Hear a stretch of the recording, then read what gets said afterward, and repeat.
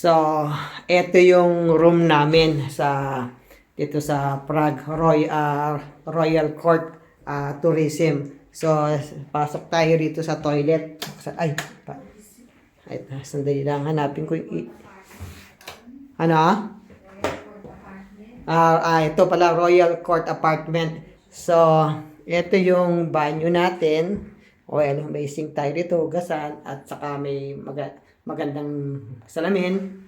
Tapos, dito may heater siya. Heater, pwede rin sampay yung mga tuwalya. At the same time, ayan yung shower nila. Shower. Tapos, ito, toilet. Yung ano nila. Dito, pwede ka rin siguro hugasan. May sarili siyang hugasan. Ito yung, alam niyo na, mali yan. So, tapos meron siya ritong blower para sa buhok.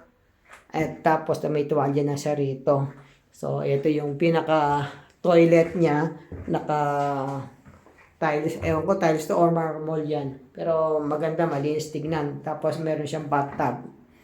So, tapos dito, ito yung papasok. Meron siyang parang, siguro parang sofa bed to. Tapos ayun, may maliit siya ng lamesa. Nandun si mama, nag-aayos. Ayan ang itsura.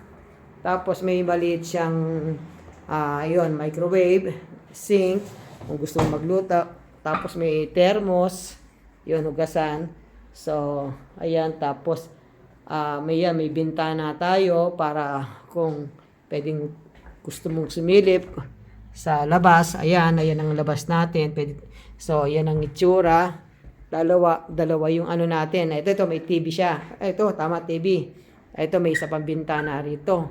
So, ayun, may nagpapahinga doon. Tapos, ito yung pinaka, ilaw. Maganda. Parang chandelier na pang malit na kwarto. So, tapos may isang pintuan na naman dito. So, ito na yung kama natin. So, ayan ang kama natin.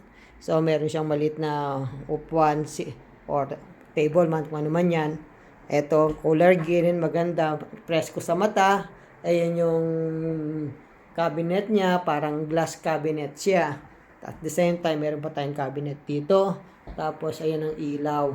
So, may isa pang bintana tayo rito para pagkagising, ayan, silip tanaw tayo sa nakikita natin. So, maganda itong place na ito. Is maganda yung napili namin. Naibigay sa amin. So, ito lang. Umikot-ikot lang natin para at least alam natin yung mga marerent na apartment dito. So for okay na. Okay, ayun. Okay. Mamaya maglilibot-libot tayo sa labas.